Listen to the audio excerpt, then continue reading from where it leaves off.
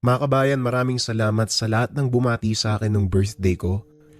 Ulitin ko lang mga kabayan, kung gusto nyong manood ng live horror film na music video, eto yung sample sa screen. Nasa comment section yung link. Sana comment din kayo ng #JDInborn doon mismo sa video natin. Iniimbitahan ko rin kayo na mag-join sa TikTok challenge natin, isang dance challenge tapos yung isa simpleng katuwaan lang na sasabayan nyo yung lyrics ng kanta. Pwede to kapag nagta-travel kayo or kapag kasama nyo lang yung mga kaibigan nyo. Search nyo lang sa TikTok JD Official. Sana malambing ko kayo mga kabayan at supportahan nyo yung kanta. Yan lang, maraming salamat. Nga pala mga kabayan, itong mga mapapakinggan nyo ay mga dating storya na ninarrate ko pero ibang atake. Medyo hindi pa ako nakapag-produce ng bago kasi kakatapos na ng birthday, medyo napagod tas hindi maganda yung bitaw ng boses ko. Pero sana pakinggan nyo pa rin tong hinanda ko para sa inyo at wag na mag-comment na kesyo inulit, kesyo ganyan kasi sinabi naman bago simulan yung video. Wag na natin patagalin pa. Simulan na natin ang storya.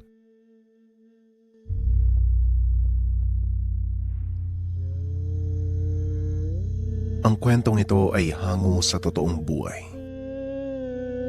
Mula ito sa isa nating kabayan na itago na lang natin sa pangalang Jerry. Walang eksaktong taon. Probinsya ng Rizal. Nang mga panong ito, nagtatrabaho bilang OFW sa bansang Switzerland itong si Jerry. Halos 10 taon na ito sa bansa. Masasabing naging mapalad ito sa piniling buhay. Nakapagpatayo ng sariling tahanan. Nagkaroon ng negosyo sa Pilipinas ang binata. Sa edad na 35, naging matagumpay ito. Hindi biro ang pinagdaan ng hirap, lalo pa nung unang dating sa bansa. Lahat ng panlalait at diskriminasyon ay naranasan niya. Ngunit hindi ito naging hadlang para magtagumpay. Maliban sa trabaho bilang tagapakain ng baka, naghanap din ng ibang pagkakakitaan ang binata, kagaya ng pamimitas ng prutas at kung ano pang pwedeng makapagpadagdag sa kanya ng pinapadala sa pamilya. Isa pang nakatulong sa kanya, ang kakaibang medalyong ibinigay ng isang matandang netibo ng lugar. Hugis bilog ito. May nakaukit na simbolo na ayon sa matandang nagbigay, ang ibig sabihin, gabay sa paglalakbay. Simula nang mapa sa kamay ito ni Jerry, ni minsan hindi ito nawalan ng pagkakakitaan. Naging mas maayos ang pakikitungo sa kanya ng ibang kasama sa trabaho. Ngunit hindi lang magagandang bagay ang nangyari sa binata. Dumating din sa punto na halos mawalan sila ng makakain dahil sa pandemya. Paring Jerry, paano na yan ngayon? Wala tayong trabaho. Bawal ding lumabas. Paano tayo kakain ito? Wika ng kasama. Naitago na lang natin sa pangalang RG. Pare, huwag kang mag-alala. Dahil sa syudad lang naman bawal pumunta eh. Wala namang sinabi yung gobyerno na bawal pumasok sa gubat. Tignan mo, napakaraming paraan para makakain. Bakit ka nag-aalala? Ang mabuti pa, kunin mo yung basket dun sa likod at mamimitas tayo ng prutas. Maunguha din tayo ng kabuti. Tugon ni Jerry.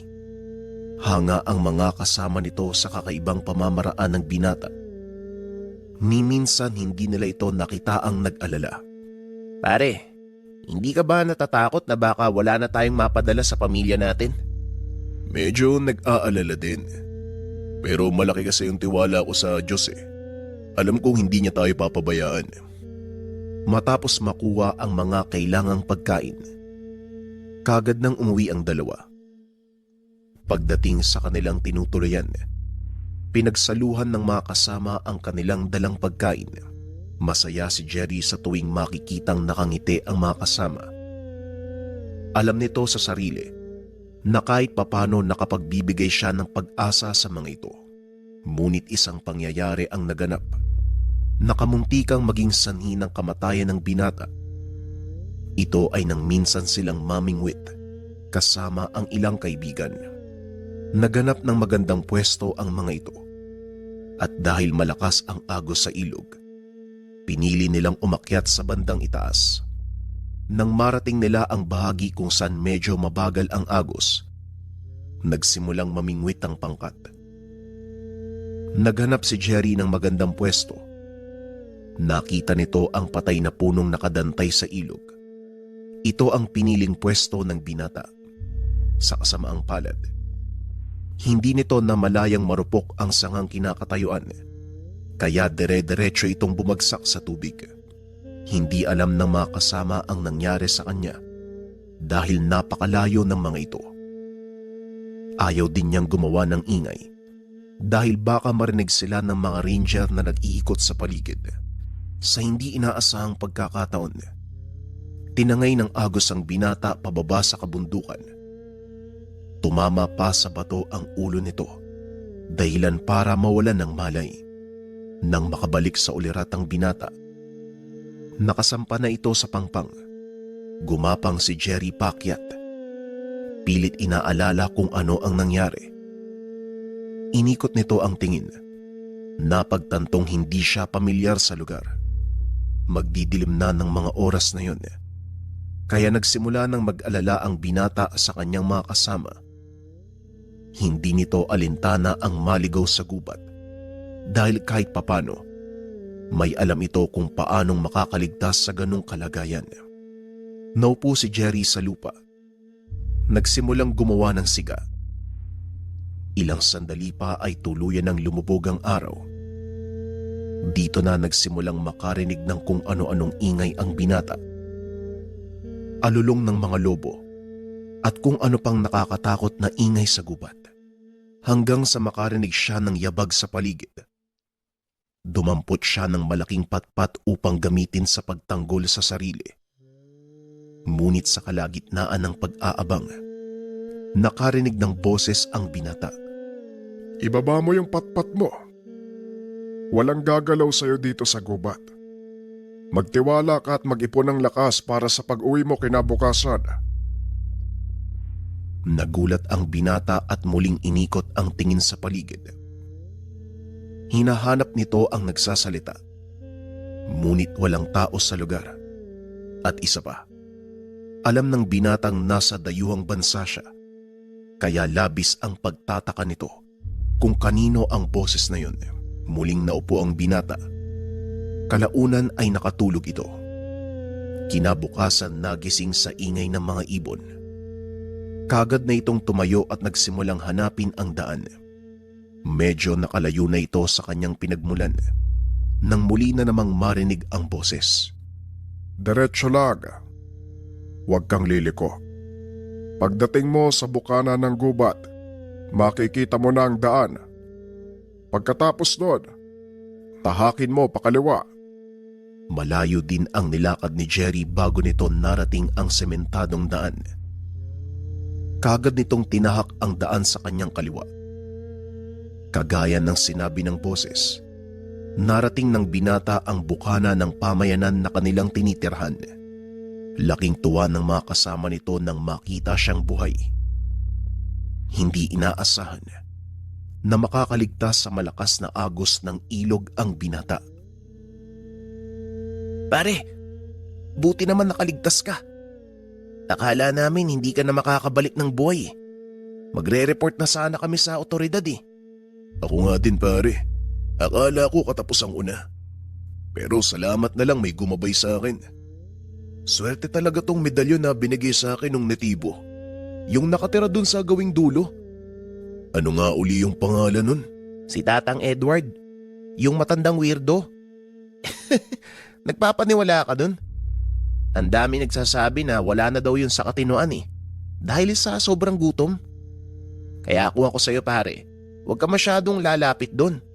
Kinabukasan, dahil wala pa rin silang trabaho, pinili ng binatang puntahan ang tahanan ni Edward. Ilang bahay lang naman ang pagitan nito sa kanila. Kaya mabilis lang din siyang nakarating. Nagdala ng nilutong ulam ang binata. Ilang hiwa ng tinapay para ipasalubong sa matanda. na nooy nagwawalis sa kanyang mabatong bakuran. Kagad naman itong napansin ng matanda. Binati siya sa lokal na lingwahe. Kahit papano ay nagawa pang pag-aralan ni Jerry ang salita sa lugar. Kaya walang kahirap-hirap sa kanya ang makipag-usap. Ang mga susunod, isinalin sa wikang Tagalog ng tagapagpadala. Magandang umaga, Edward. Kumusta ka naman? Halika, saluwan mo ako sa pagkain kong dala. Kaugalian sa pamayanang iyon na kapag nagdala ka ng pagkain, kailangan mong sabayan sa hapag ang taong pinagdalhan mo nito bilang tanda ng respeto. Sige, tumuloy ka sa bahay.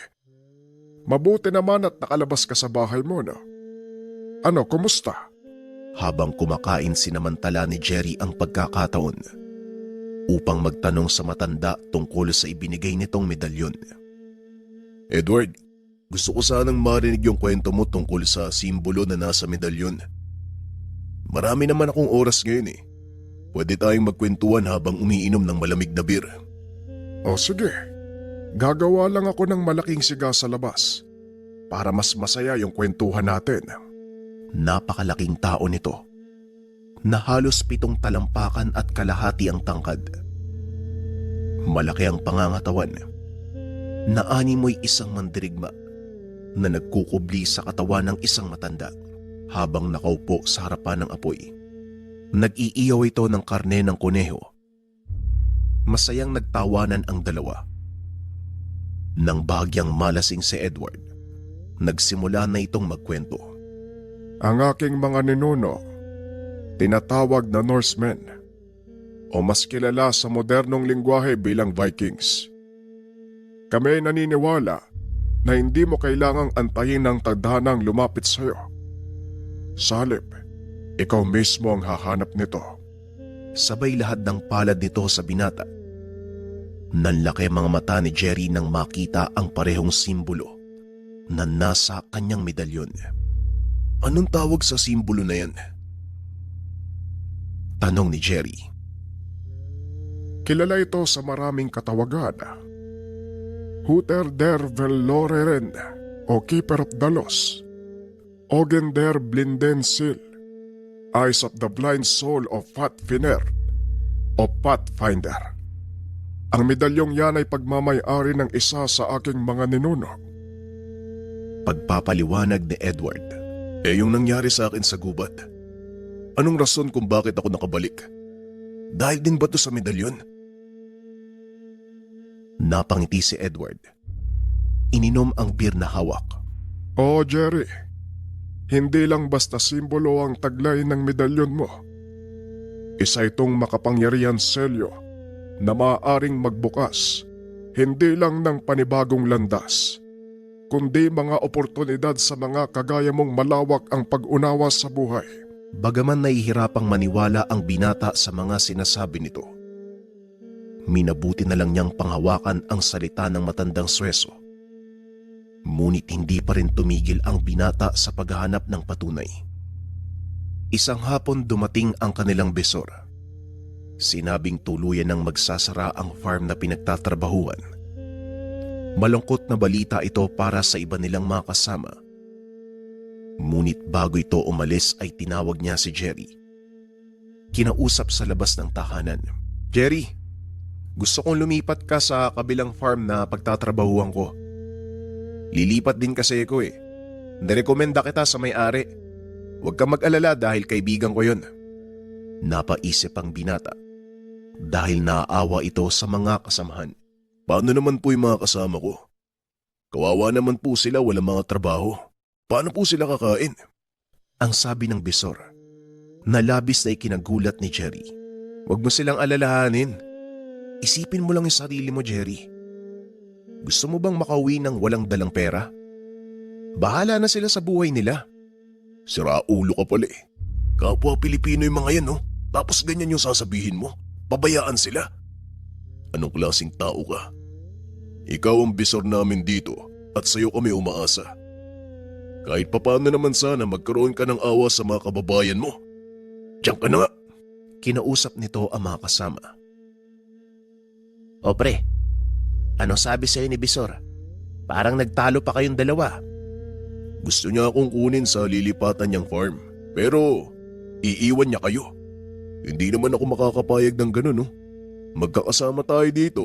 Kaya kung magugutom kayo, mas pipiliin kong magutom ng kasama niyo. Pero pare, paano naman yung pamilya mo? Huwag mo kaming alalahanin. Tama naman si Bisor eh. Isipin mo yung sarili mo. Pre, yung pamilya ko nasa maayos na kalagayan. Hindi na nila kailangan ng suporta.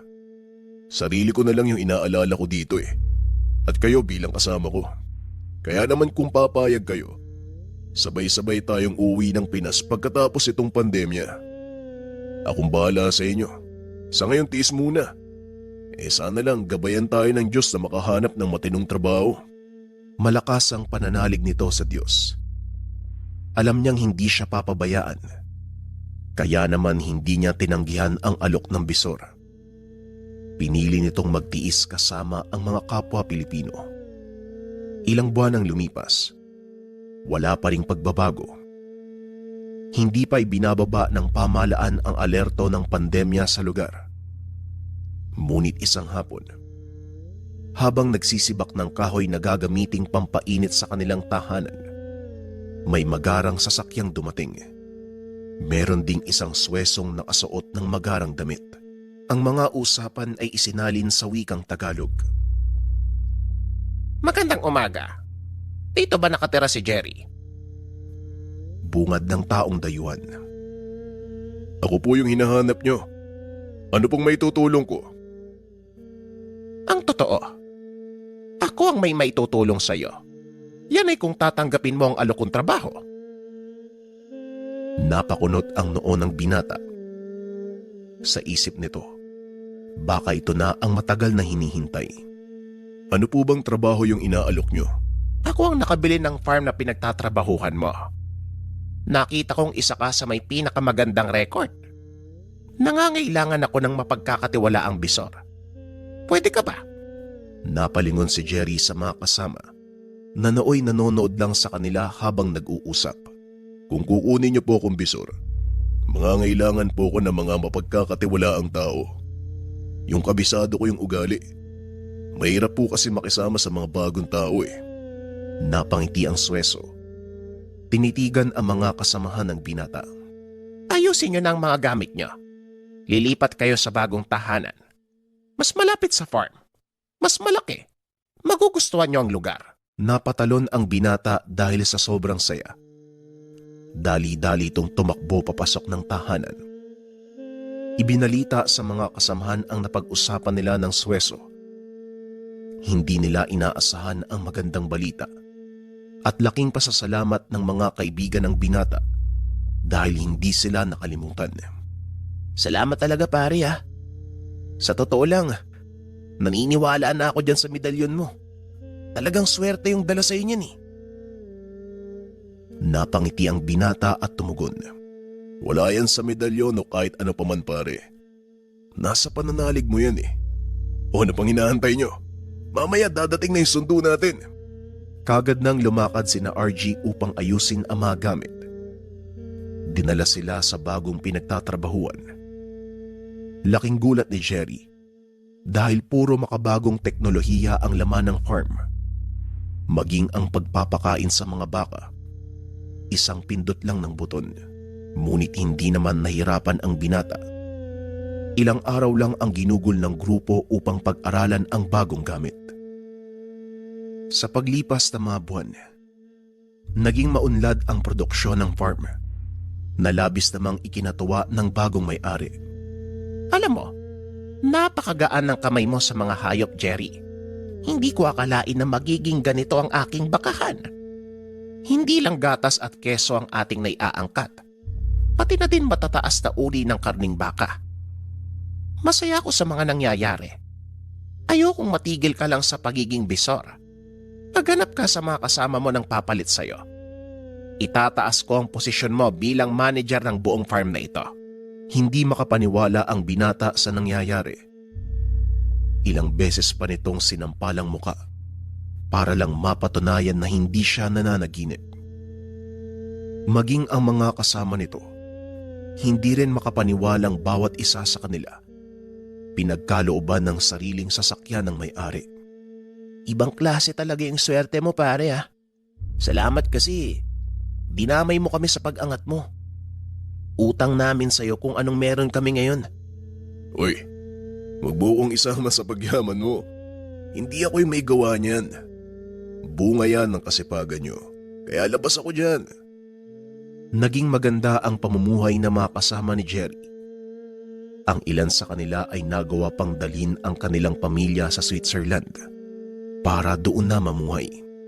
1 taon ang nakalipas. Bumalik si Jerry sa dating tinutuluyan. Hinanap nito si Edward para sana isama sa pinagtatrabahuhan. Ngunit wala na ito sa dating tahanan. Nagtanong ang binata sa paligid. Laking gulat nito dahil walang nakakakilala sa matanda. May mga nagsabi pang matagal nang walang nakatira sa lugar. Hindi makapaniwala ang binata sa mga narinig. Mabuti na lang, may hawak itong litrato kasama si Edward. Ipinakita niya ito sa mga nakakatanda.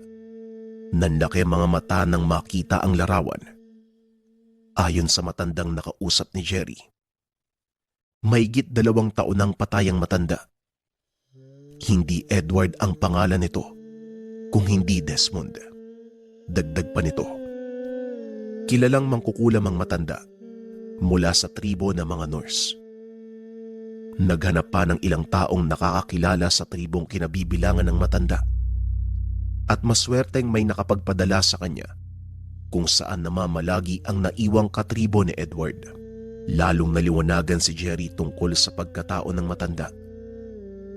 May nakapagsabi din sa kanya na ang pagpapakita ni Edward ay may malalim na kahulugan at ang pinakita nitong medalyon. Nagkatinginan ang mga nakakatanda ng tribo. Sinabing isa ito sa mga nawawalang yaman ng kanilang angkan at ang taong nakilala ng binata, isa sa kinikilalang pinuno ng grupo. Ito ang napiling tagapangalaga ng medalyong gabay. Isinauli ng binata ang medalyon, ngunit mariing tumanggi ang nakakatanda. Ang rason ng mga ito, siya ang piniling tagapagmana ng medalyon. Ikaw ang pinili ni Desmond na magmay-ari ng medalyon na yan. At ang tangi naming hiling, sa oras na kailangan mo itong ipasa, siguraduhin mong karapat-dapat ang susunod na magmamay-ari nito. Ito ang mga huling salitang binitawan sa kanya ng pinuno ng tribo. Kaya naman mas lumakas ang pananalig nito sa hawak na gamit. Ilang taon pa ang lumipas. Tuluyan ang nawala ang banta ng pandemya sa bansa. Kaya naman pinili ng binatang umuwi sa Pilipinas upang magbakasyon. Ngunit bumalik din ito upang ipagpatuloy ang trabaho. Sa paglipas ng panahon, mas lalong naging maunlad ang pamumuhay ni Jerry na naging daan upang makatulong siya sa maraming kababayan. Ito ay dahil sa pagsisikap at sa tulong na ibinigay sa kanya ng medalyong gabay.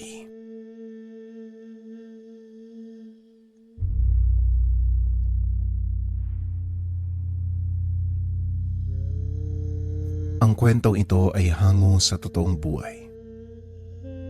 Mula ito sa isa nating kabayan na itago na lang natin sa pangalang Berto. Walang eksaktong taon. Probinsya ng Antique. Berto, ano na naman ba ginawa mo sa kabisera? Laman pulutan ka ng mga manginginom sa bayan. Wala ka ba talagang gagawing matino, aba? Palagi mo na lang kaming inilalagay sa kahiyan ng nasira mong nanay. Ito ang mga salitang kadalasang gumigising kay Berto tuwing umaga. Palagi itong nabubungangaan ng kanyang ama dahil na din sa katigasan ng ulo. Simula nang yumao ang ina, tila nawala na ito sa tamang landas. Palaging nasasangkot sa gulo, laman ng kulungan. Kung hindi dahil sa ninong nitong hepe ng pulis, hindi makakalabas ang binata. Yan ka na naman, tay. Ang aga-aga ang ingay mo eh. Tugon ni Berto. Paanong hindi mag-iingay, Aber? Kung hindi pa sa akin sinabi ng ninong Arturo mo na nakulong ka na naman, hindi ko pa malalaman. Wika ni Mang Arturo. Tay, tinanong mo ba si Ninong kung bakit ako nakulong? At bakit niya ako pinalabas? Hindi, di ba? Ano bang nangyayari sa iyong bata ka? Bakit ka ba nagkaganyan? Hindi po ako magkakaganito kung hindi namatay si nanay. Kagaya ng ipinangako ko bago siya ilibing, hindi ako titigil hanggat hindi ako nakakaganti. At upang lubos na maunawaan ang kwento, aatras tayo ng 5 taon.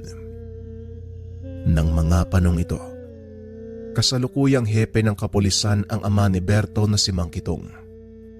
Masayang namamasyalang mag-anak nang biglang harangin ng mga hindi kilalang kalalakihan ang kanilang sinasakyan. Pinagbabaril ng mga ito si Mang Berto. Napuruhan ang kanyang ina na naging sanhi ng pagkamatay nito. Kitang-kita ni Berto kung paanong tinapos ng mga mananambang sa kanila ang kanyang ina. Nagawa pa nitong bunutin ang baril ng kanyang ama na noon ay walang malay. Binaril nito ang isa sa mga kalalakian. Tinamaan sa kanang pisngi na nag-iwan ng malaking pilat. Ito ang naging palatandaan ng binata. Simula ng araw na yon, hindi tumigil si Berto sa paghahanap sa mga taong pumatay sa kanyang ina. Napuno ng galit at paghihigante ang kanyang puso hanggang sa tuluyan na itong mapariwara.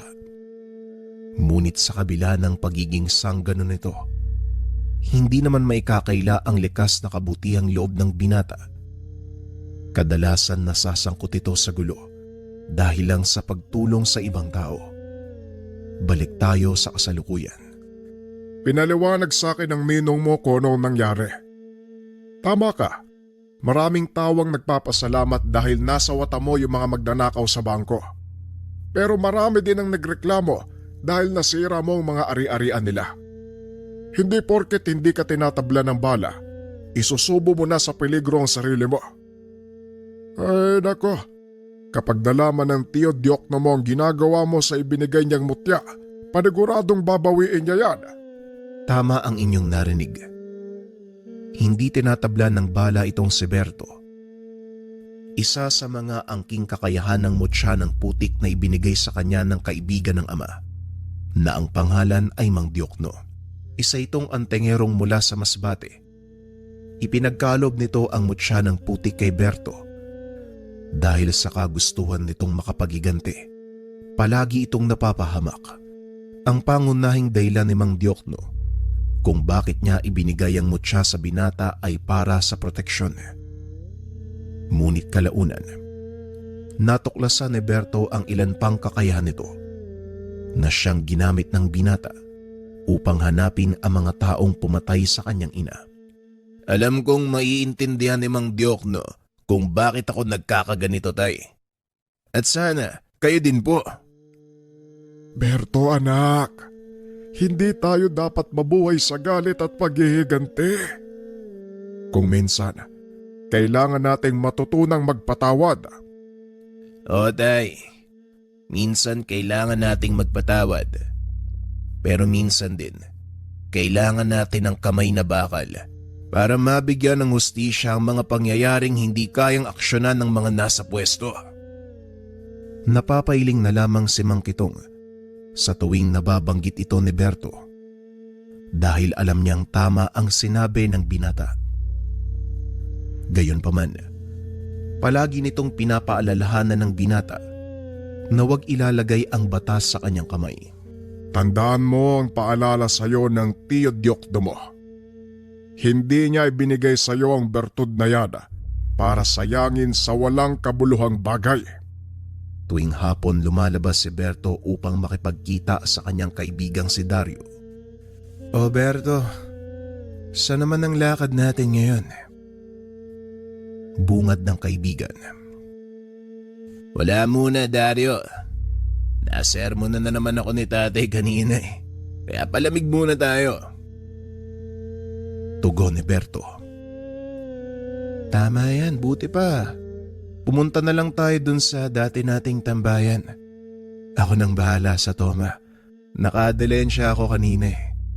Wag na pare. Alam mo nang may sakit ang nanay mo eh. Kaya ilaan mo na lang sa gamot yung kinita mo. At isa pa, nauumay na din ako kakainom eh. Eh anong gagawin natin ngayon? Sayang ang magdamag pare oh. Oo nga no. Bueno, bakit hindi kaya tayo pumunta doon sa plaza? Balita ako maraming tao ngayon eh. Mukhang may palabas yata. Alam mo pare, naninibago talaga ako sa'yo ngayon ah. Nilalagnat ka ba? Baliw. Baka nakakalimot ka. Hindi nilalagnat si Bertong Putik. Gaya ng sinabi ko sa'yo, kalma muna ako. Sunod-sunod na akong dinadampot ni tatay sa presinto. Kung sa bagay oo nga pala pare, maalala ko. Yung nangyari kagabi, talaga bang mga sindikato yung nakabangga mo? Yun ang sabi ni Ninong eh. Kaya nga palamig daw muna ako baka kasi siya ang balikan ng mga yun pag nalamang pinalaya niya ako. Habang naglalakad papunta sa plaza. Pagdating nila sa lugar, halos hindi mahulugang karayom sa dami ng tao, kaya pinili nilang manood na lamang sa malayo. Saktong nagsisimula na ang programa at magsasalita na ang alkalde. Isa pa yung walang silbi nating mayor eh. Puro salita. Simula nang maupo, wala ni isang proyektong natapos dito sa bayan. Puro porma, nakitang tao, wala namang gawa. Lingid sa kalaman nito, nakikinig ang isa sa mga tauhan ng mayor. Magdahan-dahan ka sa mga pananalita mo, bata. Baka may makarinig sa'yo. Magulat ka na lang, pulutin ka sa talayban. Napalingon si Berto at tumugon. Pasensya na ho. Pero kahit marinig pa ni Mayor ang sinabi ko, wala akong pake. Dahil totoo naman eh. Ikaw nga sabihin mo sa akin, anong nagawa ni Mayor? Anong natapos sa proyekto? Wala, di ba?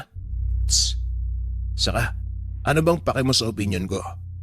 Halika na nga, Dario. Hindi naman na nagsalita si Dario hanggang sa makarating sila sa lugar na wala ng tao. Pare, tauhan ni Mayor yung kausap mo kanina. Kulas ang pangalan nun. Yari tayo nito eh. Natatakot ka.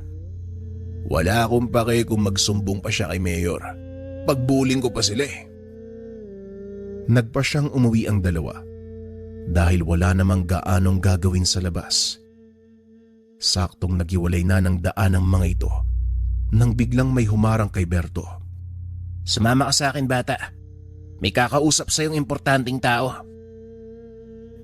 Wika ni Kulas. Paano kung ayoko? Anong gagawin mo? Wika ni Berto habang nagtatanggal ng tsinelas. Lumapat ang paa nito sa lupa at kusang gumana ang bisa ng tangang mutya. Huwag mo nang palalain ang sitwasyon. Sumama ka na lang sa akin kung ayaw mong mapahamak ang kaibigan mo. Lumabas ang kasama nitong hawak-hawak si Dario habang may nakatutok na barel sa sentido nito. Wala nang nagawa si Berto kung hindi ang sumama sa lalaki. Huwag kang mag-alala, wala namang mangyayari sa'yo eh. Kakausapin ka lang ng taong sinasabi ko. Wika ni Kulas. Hindi naman sumasagot si Berto. Hanggang sa dumating na sila sa sinasabing lugar ng lalaki. Pinapasok ang binata sa isang lumang bodega at doon nakita niya ang isang lalaking nakasuot ng itim na damit. Maraming armado ang nakapalibot dito. Mayor, nandito na po yung taong sinasabi ko sa inyo. Humarap ang lalaki. Nakangiti itong lumapit kay Berto. Salamat, Kulas. Makakaalis na kayo ng mga tauhan mo. Iwan niyo kaming dalawa. Baka nahihiya ang bisita natin sa maraming tao.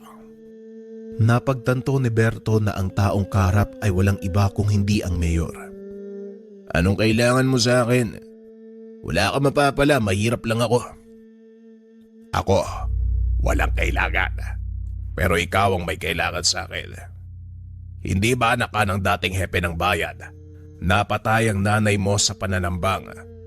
At alam kong hinahanap mo ang mga taong pumatay sa kanya.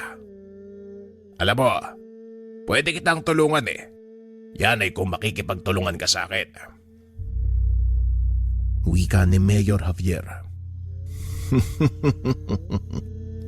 Di may kailangan ka nga.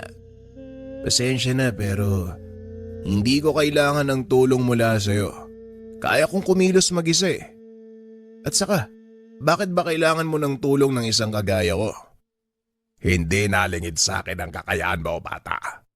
May ilang taong nakapagsabi na nakaengkwentro ka nila at hindi ka daw tinatabla ng bala. Yan ang gusto kong mapatunayan. Tss. Naniniwala pala kayo sa mga chismis, Mayor. Kaya pala walang nangyayari sa bayan. Magdaan-daan ka sa pang-iinsulto mo, bata. Kayang-kaya kitang tirisin. Di subukan mo, Mayor. Hindi naman ako natatakot sa'yo eh. Yan ang gusto ko. Palaban. Pag-isipan mong mabuti ang alok ko. Dahil sisiguraduhin ko sa'yo, hindi ka lang makakaganti sa mga taong pumatay sa daday mo. Kikita ka pa ng pera. Biglang natigilan si Berto sa sinabi ng mayor. Kagad na itong nagpatuloy sa paglalakad. Hinarang siya ng mga tauhan. Hayaan mo siya, Kulas. Bibigyan natin siya ng pagkakataong mag-isip. Kagad ding tumabi ang mga tauhan nito. Hinila ni Berto ang kamay ni Dario at nagpatuloy na sa paglabas sa lugar. Ano bang pinag-usapan niyo ni Mayor, pare? Iniinganyo ako ng taong yun na magtrabaho sa kanya. Ang kapalit daw, tutulungan niya akong makapagigante sa mga pumatay kay nanay. Nako pare, huwag kang magpapadala sa matatamis sa salita ng taong yan. Paniguradong gagamitin ka lang din niya. At sa uli, kapag wala ka ng pakinabang, siya mismo ang papatay sa'yo. At alam ko ring sa oras na wala siyang mapala sa akin, guguluhin ng taong yan ang buhay ko. Kaya kailangang malaman ni tatay ang lahat para makagawa ako ng hakbang. Pagkatapos ang pag-uusap, kagad na ding umuwi si Dario. Naiwang mag-isa si Berto. At sa hindi inaasahang pagkakataon, nakasalubong nito ang taong nagbigay sa kanya ng bertud, si Mang Diokno. Berto, ikaw na ba yan, iho? Mabuti naman at nagkasalubong tayo. Medyo nalilito na ako sa lugar nyo eh. Ang laki ng pinagbago simula ng huli kong nagpunta. Wika ni Mang Diokno. Napangiti naman si Berto dahil tamang-tama ang dating nito. Tia Diokno, mabuti naman napadalaw kayo. Malapit naman na tayo sa bahay. Tara, siguradong matutuwa si tatay. Tugon ni Berto at kagad nang umuwi ang dalawa. Kagaya ng inaasahan ni Berto, tuwang-tuwa si Mang Kitong dahil nagkita ang dalawang magkaibigan. Kung hindi nyo na itatanong, si Mang Diokno, dating pulis na naglilingkod sa ilalim ng pamumuno ni Mang Kitong. Nang magretiro ang matanda, nagpa siya ding magbitiw sa tungkulin si Mang Diokno. Tinutukan ang pagiging albularyo. Kumusta naman ang panggagamot mo, Diokno? Balita ko, kilala ka na sa lugar nyo ah. Hindi naman sa ganun. Medyo marami lang ang nakakakilala sa akin pero hindi pa naman sobrang sikat. Mas marami pa ring magaling kaysa sa akin eh. Bueno, ikaw naman hepe. Paring Kitong, kumusta naman ang buhay ng retirado? Tanong ni Mang Diokno. Heto, nangungunsume dyan sa anak ko. Lumaking basagulero. Napakamot naman ng ulo si Berto. Yang ano naman tay. Alam mo naman ang dahilan ko, Tio Diokno, di ba? Nako Berto, baka naman inaabuso mo ang bertud na binigay ko sa'yo. Siguradong alam mo kung ano ang magiging kapalit yan, hindi ba? Tignan mo ang nangyari sa taong pinanggalingan ng bertud na yan. Asan siya ngayon? Ayun, nakikipagpatentero kay kamatayan. Ang tinutukoy nito ay walang iba, kung hindi ang kilalang antingero mula sa bahagi ng Luzon. Alam ko naman po yun, Tiyo. Kaya nga hindi ko tinutularan ang ginagawa niya eh. Ay nako, wag kang maniwala dyan sa batag yan. Konti na lang hindi na sila nagkakalayo ng taong yon. Seryosong usapan, Berto ha. Ang mutya ng putik, isang uri ng mataas na tangan dahil nabibilang ito sa 4 na pangunahing elemento. Sa oras na abusuhin mo ito o gamitin sa hindi magandang gawain, paniguradong sisingilin ka nito. At isa pa, hindi ko naman ipinagkalob sa iyo ng bertud na yan para maging basagulero. Kaya pakiusap, gamitin mo sa tama kung ayaw mong bawiin ko sa iyo ang bertud, kagaya ng naunang humawak niyan. Opo, Tiyo, pasensya na po kayo. Nga pala, may sasabihin po ako sa inyo. Pinatawag ako ni Mayor kanina nagkausap kami. Balak niya akong kunin para magtrabaho sa kanya. Nagkatinginan ang dalawang nakakatanda. Tila nag-aantayan kung sino ang unang magsasalita. Hanggang sa naglakas loob na si Mang Jokno. Sasabihin ko sa iyo ngayon palang, Berto. Halangang kaluluwa ng taong yun. Bago pa man siya maupo bilang mayor, ilang beses nang nasangkot sa malaking krimen ng taong yan. Kaya kung ako sa iyo, mag-iingat ka. Nakagad namang pinasigundahan ng ama. Tama ang Tio Diokno mo. Maging ang Tio Arturo mo, minsan na din siyang nakabangga. Kaso nga lang, hindi umubra ang bangis niya sa tapang ni Arturo. Wika ni Mang Kitong. Alam ko naman po yun, Tay. Kaya nga sinasabi ko to sa inyo para humingi ng payo kung anong pwede kong gawin. Delikado din kasi ang lagay nyo kung sakaling tanggihan ko ang alok niya. Tanggihan? Sino nagsabing tatanggihan mo siya? Tanggapin mo ang alok na trabaho ni Mayor. Kainin mo siya mula sa loob. Yun lang ang tanging paraan para matalo siya. Nagulat si Berto sa sinabi nito. Hindi niya inaasahan na yun ang payong makukuha mula sa isang dating pulis. Tama ang payo ni Tio Diokno, Berto. Ikaw ang magsisilbing anay sa matibay niyang pundasyon. Sirain mo siya mula sa loob. Sa pagkakataong ito, ibibigay ko ang permiso na gamitin ang mga nalalaman mo. Ito ang pinakatamang gawin, anak. Kaysa naman sayangin mo ang buhay mo sa paghahabol sa mga taong mahirap hanapin. Papasan ba't makakamit din natin ang katarungan. Wika ni Mang Kitong. Napangiti si Berto sa sinabi ng ama. May kung anong pumasok sa isipan nito. Kinabukasan, maagang pumunta sa munisipyo ang binata upang kausapin ng mayor. Umaasa ako na may maririnig na magandang balita sa iyo, Berto. Alam kong hindi mo sasayangin ang oras ko para sa walang kwentang bagay. Wika ni Mayor Javier. Oo naman, Mayor. Tinatanggap ko ang alok mo. At gusto ko na magsimula sa lalong madaling panahon. Magaling kong ganon. Isama mo ang ilan sa mga tauhan ko para sa una mong trabaho. Puntahan mo ang mga negosyanteng in-check sa palengke. Singilin ang kanilang upa sa pwesto. Masyado nang huli ang bayad nila. Pasensya na po, Mayor. Pero lalakad ako mag-isa. Ayoko may bumubuntot sa akin. Mayabang ka, bata. Pero sige, tignan natin ang karakas mo. Gawin mo ang gusto mo. Matapos ang pag-uusap, kagad nang lumakad si Berto. Pinuntahan nito ang mga sinasabing in-check. Napag-alaman ng binatang miyembro ng malaking sindikato ang grupo. Nagsisimula pa lang ang mga ito, kaya hindi pa ganon kalawak ang kanilang sakop. Sinabi din ni Mayor Nasapilitang pumasok sa bayan ang mga incheck para magbenta ng mga antigong kagamitan. Mula ito sa kanilang bansa. Ngunit higit pa dito ang natuklasan ng binata. Pinili ni Berto na manmanan muna ang aktibidad ng mga ito. At dahil sa maraming kakilala ang binata sa paligid, hindi nahirapan si Berto na makakuha ng lehitimong impormasyon. Kinagabihan, nagpunta ang binata sa Pantalan dahil may darating na kargamento mula sa kanilang bansa ang mga incheck. Saktong pagdating ng binata, naroon na ang mga dayuhan.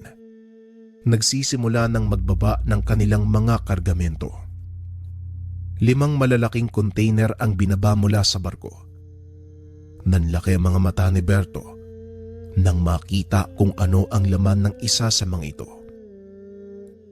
Binuksan ng isa sa mga dayuhan ang container. Tumambad kay Berto ang napakaraming dayuhang iligal na pumapasok sa bansa. Bukod pa dito, may mga malalaking kahon na gawa sa kahoy na inilabas mula sa mga sisidlan. At ang mas lalong ikinagulat ni Berto dahil ipinagbabawal na gamot ang laman ng mga ito. Tinignan ng binata kung ilan ang mga taong naroon. Napagtanto ng binata na kaya niyang sawatahin ng mga kalaban. Kulang-kulang sa 10 ang kanilang bilang. Gamit ang isang pambihirang kakayahan ng bertud ng putik, naglakad ang binata papalapit sa mga dayuhan. Ni isa sa kanila ay walang nakapansin. Isa sa mga katangian ng mutya ng putik ay ang napakalakas sa sabulag na kahit sa malapitan, hindi ka mahalata ng mga tao sa paligid. Isa-isang inatake ni Berto ang mga kaaway at pinagbabali ang mga leeg. Unti-unting nabawasan ang bilang ng grupo hanggang sa nangalahati na ang mga ito. Ngunit nang aatake ni Berto ang isa sa kanila, aksidente nitong natabig ang isa sa mga kahon. Dahilan para mapansin ng iba ang bumagsak na kasamahan. Dali-daling kumilos ang mga ito. Hinanap kung sino ang may gawa. Ngunit bigo silang makita ang kinaroroonan ni Berto. At dahil nabulahaw ang kanilang operasyon, nagpa siyang magpulasan ang mga ito. Dali-daling sumakay sa kani-kanilang sasakyan ng mga ito. Bago pa man makalabas ang Pantalan, nagawa na silang harangin ng binata. Huminto ang mga dayuhan dahil nakatayo sa harap ng kanilang sasakyan ng binata. Isa-isang nagbabaan ang mga ito. Pinaulanan ng bala ang binata, ngunit sinuong lang ito ni Berto ng walang kahirap-hirap. Gamit ang dalang tubo, pinagpapalo nito ang mga incheck hanggang sa tuluyang mapatulog. Matapos ay tinalian ang kamay at paa. Iniwan ng binata ang mga itong nakagapo sa isang sulok, habang ang mga dayuhang iligal na pumasok sa bansa muling kinulong ng binata sa container. Matapos ay pinuntahan nito ang ninong upang ipagbigay alam ang ginawa. Nanlaki ang mga mata ng hepe dahil hindi nito lubos maisip na gagawin ito ni Berto. Nang masigurado ng binata na hawak na ng kapulisan ang dayuhan, kagad itong pumunta sa tahanan ng mayor. Yan ang gusto ko sa iyo, Berto. Iba ka kung kumilos. Nagagawa mo ang gawain ng 5 tao ng mag-isa. Gaya ng sinabi ko sa iyo, Mayor, kaya kong kumilos nang hindi umaasa sa iba. Anong susunod kong gagawin? Kumalma ka muna. Dahil hindi pa tapos sa mga dayuhan. Babalikan nila kung sino man ang may gawa nun, lalo pat nakuha ang kanilang mga kontrabando. Huwag kang mag-alala dahil malinis ako magtrabaho. Walang sino man ang nakakita sa akin at siguradong hindi nila malalaman kung sino ang bumangga sa kanila. Yan ang gusto ko. Pasado ka sa akin, bata. Sige, magpalamig ka muna bago ang susunod mong trabaho. Wika ng mayor. Sabay hagis ng sobre sa kanya. Teka, para saan to? Tanong ni Berto. Para sa trabaho mo. Mas malaki pa ang susunod kung mananatili kang tapat sa akin. Ngunit wala sa isip ng binata ang pera.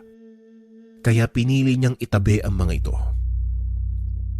Kinabukasan, muling nagkita sina Dario at Berto. Sinabi nito ang tungkol sa trabaho. Nagulat naman ang kaibigan. Anak nang, bakit mo naman ginawa yun, Berto? Akala ko ba hindi ka papanig kay Mayor? Anong nangyari? Tanong ni Dario. Hindi naman talaga pare. Ginawa ko to para malaman kung ano ang totoong balak ni Mayor. Nakausap ko si Tatay at Tio Diokno. Sinabi nila sa akin, bago pa man maupo sa pwesto si Mayor, marami na itong ginawang problema. Hindi lang sa bayan, kung hindi sa buong probinsya. Siguro, dapat pag-aksayan ko lang ng lakas at oras ang isang to. Pagpapaliwanag ni Berto. Hindi mo alam yung sinusuong mo, pare. Mapapadali yung buhay mo dyan. Bata ka pa, Berto. Marami ka pang magagawang magandang bagay kaysa dyan. Yang ano naman Dario Parang ang walang tiwala sa akin. Alam ko ang ginagawa ko. Huwag kang mag-alala. Hindi nila ako kayang patayin. Ewan ko na lang sa'yo, Berto. Hindi naman kita mapipigilan Wes, kung ayaw mong magpapigil, baka pwede mo naman akong isama sa lakad mo. Nababaliw ka na ba, Dario? Hindi pwede. Masyadong delikado. Ayoko mapahama ka. Kaya nga lumalakad ako mag-isa Ay nako, parang hindi mo naman ako kilala, pare. Sige na, sama mo na ako. Alam ni Berto na paulit-ulit siyang kukulitin ng kaibigan. Kaya hinayaan niya itong sumama. O sige na nga. Basta, huwag ka lang haharang sa dadaanan ko. Yun Sige pare, walang problema. Ano bang susunod mong lakad? Yung mga sindikato sa palengke na nangongolekta ng tong sa mga nagtitinda. Sila ang susunod kong lalakarin. Nawawala ng dilehensya si Mayor dahil sa kanila. Matapos ang pag-uusap, kagad nang nagpaalam si Berto. Kinabukasan maaga itong nagpunta sa palengke upang asikasuhin ang sunod ay pinapagawa ng Mayor. Hindi pa man tumatagal ang binata sa lugar, kagad niyang nakita ang ilan sa mga ito. Kilala ni Berto ang grupo dahil maging siya, ilang beses nang nakabangga ang mga ito. Nagsimula ng mangolekta ang pangkat. Nilapitan ng binata ang isa sa kanila na itago na lang natin sa pangalang Puyong. Aba, tignan mo nga naman. Ang aga mo yatang sisirain yung araw ko, Berto Anong ginagawa mo dito?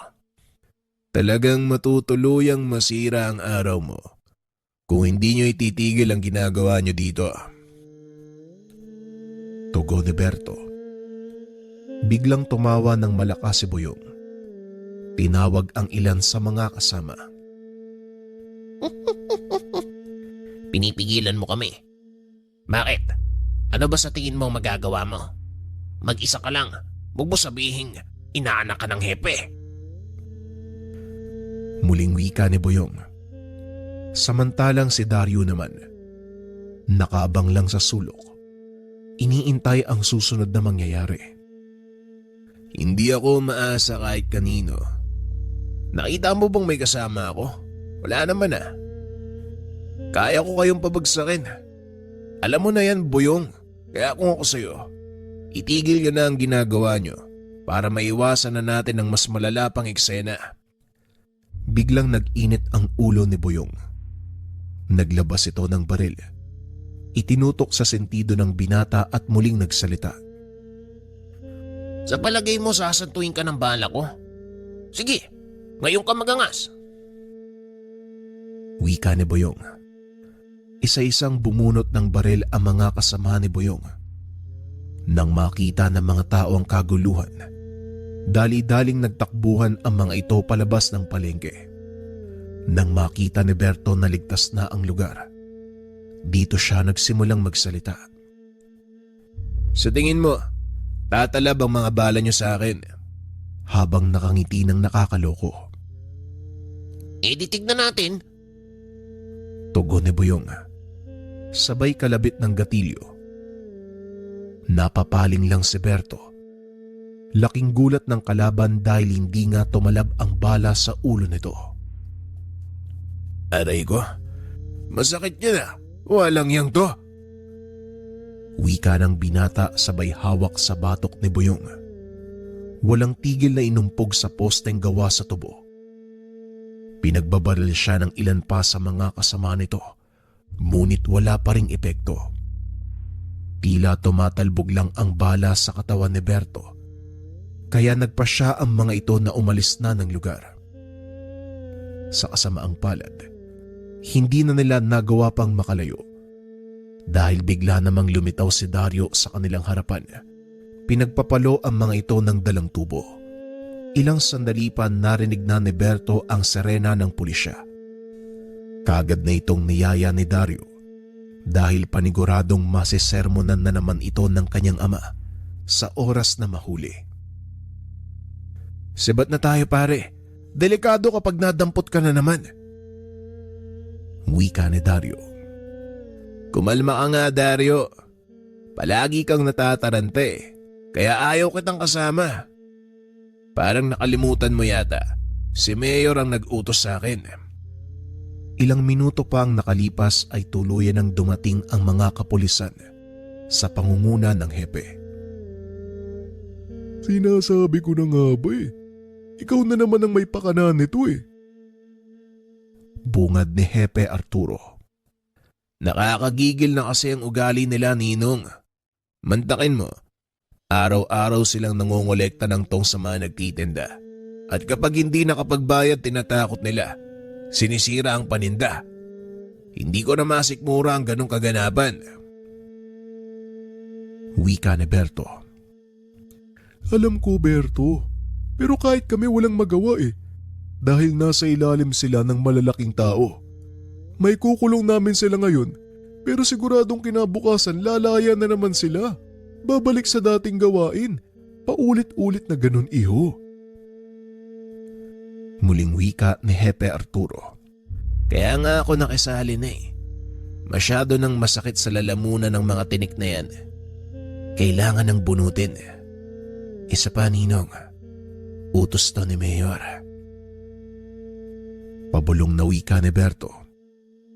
Nanlaki mga mata ng hepe dahil hindi nito akalaing nagtatrabaho na ang inaanak sa Mayor. Nagtatrabaho ka kay Mayor. Alam mo ba ang gulong pinasok mong bata ka? Sa oras na dumikit ka sa taong yan, wala nang labasan, hindi ka na makakabitaw. Alam ko yun, Nong. Kaya nga uubusin ko sila mula sa loob. Sa ngayon, pinapatunayan ko pa ang sarili ko sa kanya para makuha ang tiwala ng taong yun. At sa oras na magawa ko, uumpisan ko siyang kainin.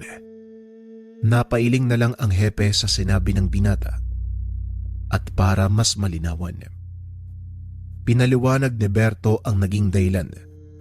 Sinabi ng binatang si Mang Jokto mismo ang nagbigay ng impormasyon na si Mayor ang pangunahing dahilan ng mga krimen sa kanilang bayan. Alam din ni Berto, napakawala nito ang mga pumatay sa kanyang ina. Kung totoo yung mga sinasabi mo, mag-iingat ka. Dahil hindi sa lahat ng oras pwede ko makialam.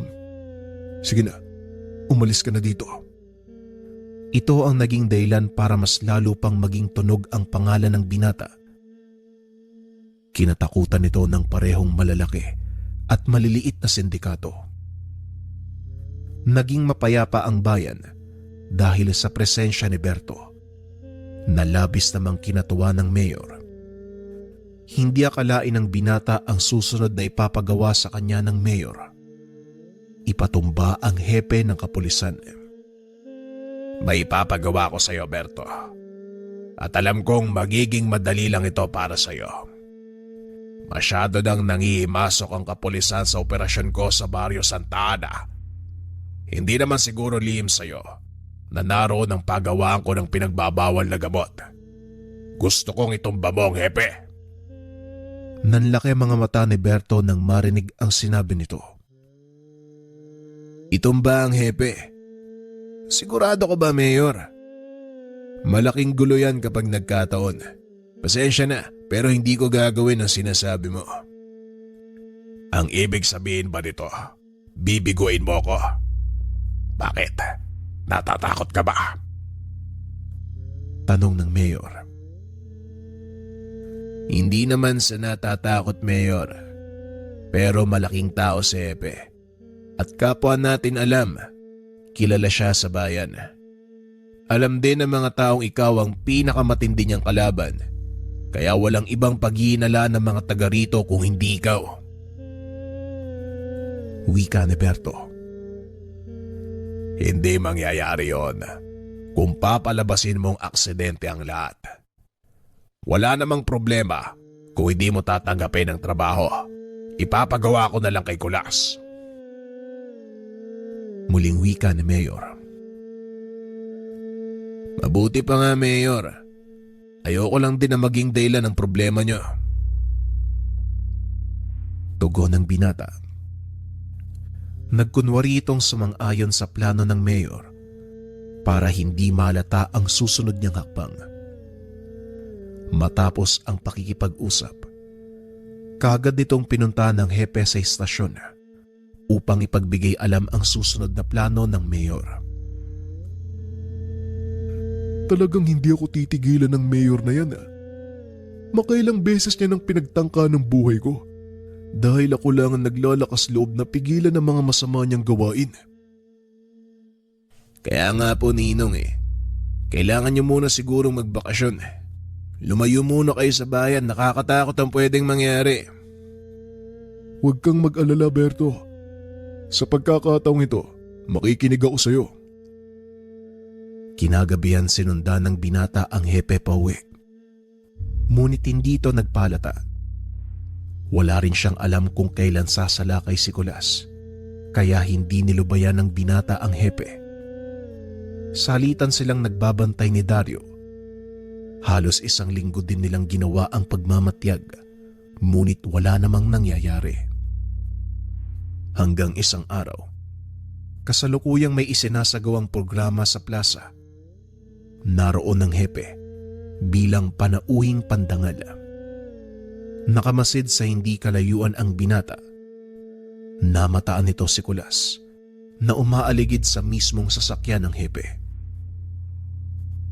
Dario, huwag mong aalisan ng tingin sa hepe. May pupunta lang ako. Wika ni Berto sa kaibigan. Dali-daling pinuntahan ni Berto si Kulas, na noon ay pilit nang binubuksan ang pinto ng sasakyan ng hepe. Laking gulat nito nang bigla siyang hatakin ni Berto palabas ng sasakyan at walang tigil na pinagsusuntok. Dahil sa nangyaring kaguluhan, nakuha ng dalawa ang atensyon ng mga pulis sa paligid. Kagad silang dinampot. Tignan mo yung ginawa mo. Hindi ko tuloy natapos ang pinapagawa ni Mayor. Ikaw ang mananagot sa oras na malaman niya to. Wika ni Kulas. Kapwa silang ikinulong ni Berto. Kalaunan ay pinalaya din ng binata dahil napatunayang totoo ang binitawang salaysay nito. Nilooban ni Kulas ang sasakyan ng hepe. Pasensya na, Kulas. Mukhang mananatili ka dyan ng ilang araw. Huwag kang mag-alala. Ako nang bahalang magsabi kay Mayor ng kapalpakan mo. Tugon ni Berto. Matapos makalaya ay kagad nitong kinausap ang hepe. Alam kong lalabas din ng kulungan ng isang yan, Ninong. At ako na ang bahala. Ang mabuti pa, umalis ka na sa bayan. Wika ni Berto. Nako iho, huwag mo na akong alalahanin. Kaya ko ipagtanggol ang sarili ko. At isa pa, nakausap ko na din ang iyong ama at si Diokno. Mamaya lang, nandito na mga ngayon. At tupagin mo ang misyon mo. Ako nang bahala sa sarili ko. Kahit papano nabawasan ang pag-aalala ng binata dahil alam nitong tutulong si Mang Diokno at ang kanyang ama. Matinik sa laban ang dalawang ito nung aktibo pa sa serbisyo. Kaya naman tiwala sa Berto na mananatiling ligtas ang hepe. At para maisagawa ng binata ang susunod na plano, inatras ng hepe ang kaso laban kay Kulas. Ilang sandali lang ay nakalaya na din ito na siya namang pinaka-inaabangan ng binata. Nakita ni Berto na naglakad palabas ng presinto si Kulas. Dali-dali niya itong sinundan. Pagdating sa isang bakanting lote, doon niya ito sinunggaban. Laking gulat ni Kulas dahil hindi nito inaasahang susugurin siya ni Berto. Ano sa palagay mong ginagawa mo? Bakit mo ako kinakalaban? Tanong ni Kulas. Pasensya na, Kulas. Pero hindi maaaring masira ang balat kayuko kay Mayor. Tugon ng binata. Sabay baril sa ulo ni Kulas. Hindi nakaramdam ng panghihinayang ang binata dahil kailangan niya itong gawin para manatiling sikreto ang kanyang plano. Pagsapit ng dilim, nagtungo ito sa tahanan ng mayor. Saktong nakikipag-usap ito sa ilang katao. Hindi pamilyar kay Berto ang mga ito. Laking gulat ng binata nang marinig ang kanyang pangalan. Mas lalo pang nagulat si Berto nang makita ang muka ng isa sa mga kausap ng mayor. Ito ang taong tinamaan niya sa muka. Pasimpleng naupo si Berto sa sulok. Kunwari ay nagbabasa ng diaryo. Pinakinggan nito ang usapan ng grupo. Wala kayong dapat katakutan. Hawak ko sa legang anak ni Kitong. Ano mang sabihin ko ay susundin niya. Kaya magagawa niyo ang mga plano niyo nang walang nangingialam. Wika ng mayor. Siguraduhin mo lang, Mayor. Dahil sa oras na mabulilyaso kami, titiyakin ko na hindi ka na makakatakbo sa susunod na eleksyon. Tugon ng lalaki. Huwag kang mag-alala, Amante. Ako nang bahala. Tugon ng mayor. Napagtanto ni Berto na ang pangalan ng taong pumatay sa kanyang ina, Amante. Muling bumalik ang sakit ng alaala sa binata. Pilit nitong pinigilan ng sarili. Nag-antay ng tamang pagkakataon si Berto hanggang sa dumating ang araw na magpang-abot sila ng mga taong pumatay sa kanyang ina. Dumating na sa bayan ng mga kaibigan ko. Nagsisimula na ang kanilang negosyo. Salamat sa iyo. Nabawi natin ang mga pwesto ko sa palengke. Ngayon ang magiging trabaho mo. Proteksyonan si Amante at ang pasugalan nila. Teka, hindi ko pa nakikita si Kulas. Ano bang nangyari sa taong yon? Wika ni mayor. Ilang sandali pa ay dumating ang isa sa mga tauhan nito. Laking gulat ng mayor nang malamang patay na si Kulas. Natagpuan itong nakahandusay sa isang bakanting lote sa gawing dulo ng bayan. Mukhang nabigo si Kulas Nabubuhay pa din ang lintik na hepe. Bakit kasi hindi pa ikaw yung kumilos, Berto? Galit na wika ni mayor. Teka lang, Mayor. Huwag mong isisi sa akin ang kabiguan ng tauhan mo. Kasalanan ko bang hindi pa nawawala ng bangis ang hepe?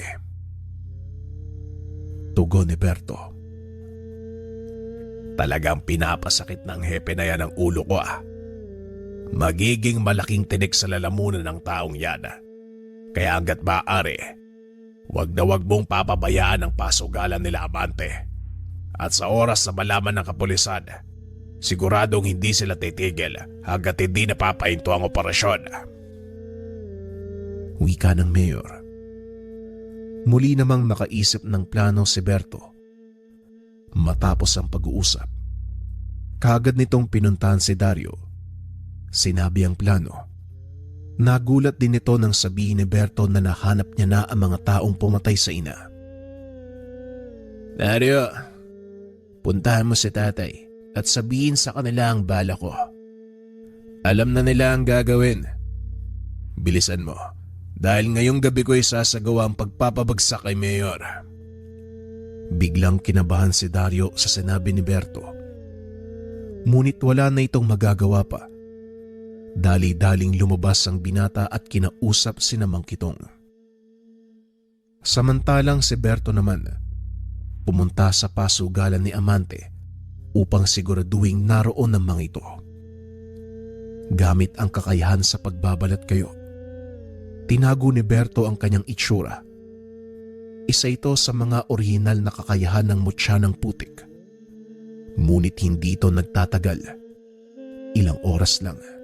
Maaari ding bumalik sa dati ang itsura ng may tangan. Depende sa antas ng kanyang kakayahan. Ikaw ba si Berto? Ang sinasabi ni Mayor. Parang ibang Bertong nakita ko noon.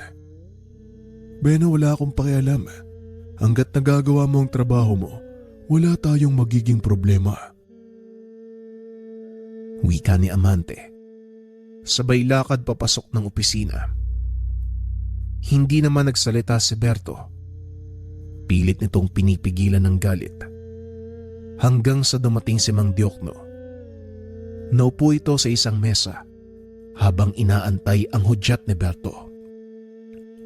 Kasama din ng mga ito ang kapulisan na nagkukunwaring mga sugarol. Nakaantabay ang mga ito sa sulok kung sakaling magkaroon ng aberya sa operasyon. Saktong kasarapan ng pagsusugal ng mga tao nang biglang ideklara ang raid ng isa sa mga pulis na kasama ni Hepe Arturo. Nagsipagtayuan ng mga tao, kanya-kanyang hanap ng daanan palabas. Samantalang si Berto naman, nakatayo lang sa pinto ng opisina ni Amante. Biglang nagbukas ang pintuan. Lumabas si Amante na may dalang baril. Dali-dali namang hinila ni Berto ang kamay nito at sinandal sa dingding. Anong ginagawa mo? Akala ko ba tauhan ka ni Mayor? Tanong ni Amante. Oo, tama ka. Tauhan nga ako ni Mayor. Kaso ang Mayor na pinaglilingkuran ko, hindi pa nakakaupo at kasalukuyang hepe ng kapulisan. Wika ni Berto. Traidor ka. Hindi ko akalaing nagpalaki ng ahas si Javier na siya ding lulunok sa kanya ng buo. Wika ni Amante. Wala akong pakialam kay Mayor. Ang totoong pakay ko dito, ikaw. Siguro naman, hindi mo pa nakakalimutan ang ginawa mo sa nanay ko. 5 taon na ang nakakaraan. Sinasabi ko na nga ba, may binabala ka. Matagal na yun, bata. Napagutusan lang din ako. Wala ding ibang nag-utos sa akin kung hindi si Mayor. Pinagpatuloy ni Amante ang kwento. Sinubukan ding pigilan ng kanyang ama ang operasyon ni Mayor nung hindi pa ito nauupo. At dahil naging sakit sa ulo ng Mayor, pinili niyang ipapatay si Mang Kitong. Tauhan lang din ako, bata. Kaya baka pwede naman nating pag-usapan na lang. Wala tayong dapat pag-usapan. Pinatay mo ang nanay ko at sisiguraduhin kong pagbabayaran mo yon. Bakit ako ang sisisihin mo? Masyadong naging pakailamero ang tatay mo, kaya nangyari yon. Huwag mong ibunton sa iba ang kawalanghiyaan mo. Pag-uusap ng dalawa. Isang malakas sa suntok ang binigay ni Berto kay Amante, dahilan para bumagsak ito sa sahig.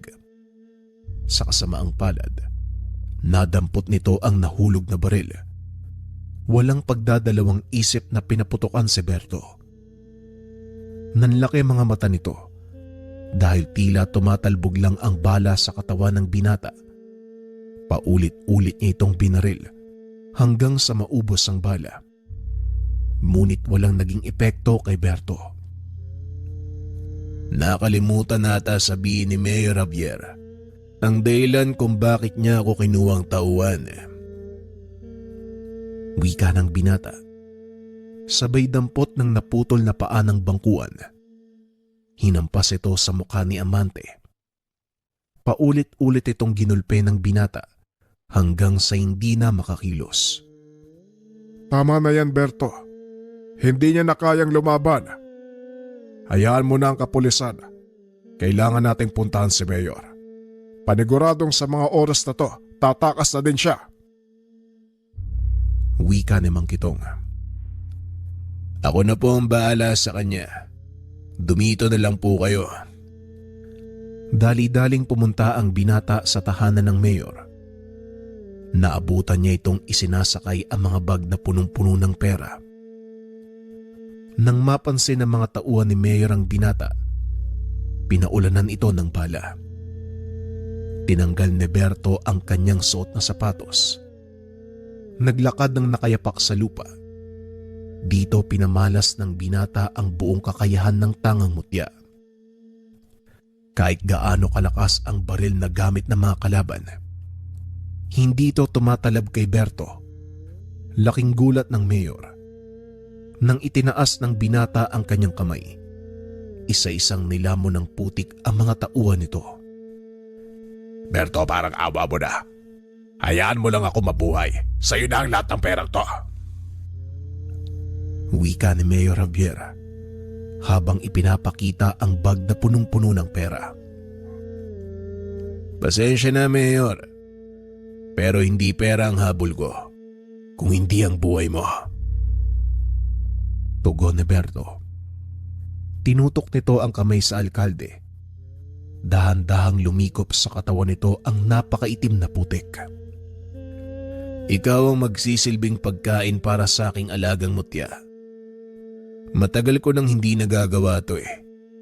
Kung hindi lang dahil sa mga sukab na kagaya mo. Wika ng binata.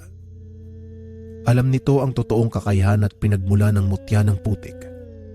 Isa itong gamit sa kaliwa na nangangailangan ng buhay na alay sa tuwing papakainin. Si Mayor Javier ang naging sakripisyo para dito. Dinig sa paligid ang nakakatakot na sigaw ng mayor hanggang sa tuluyan itong kainin ng lupa.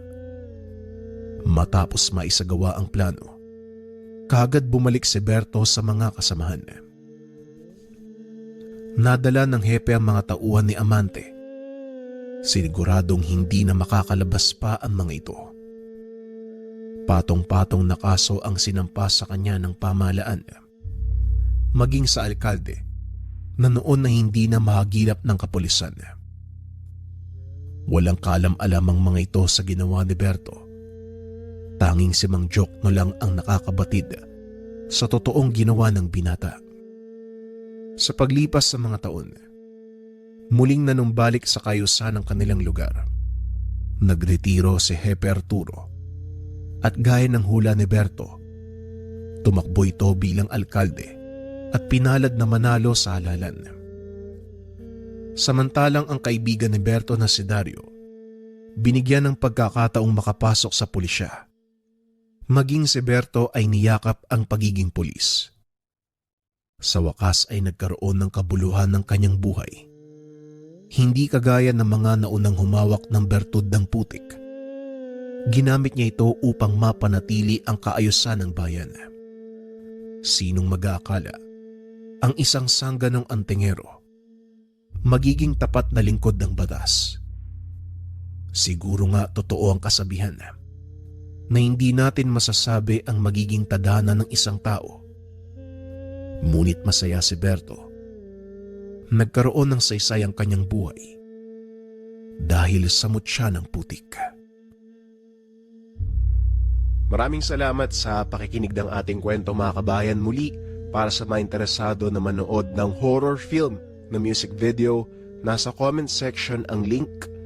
Bisitahin ng video at mag-comment ng #JDInborn. Maraming salamat.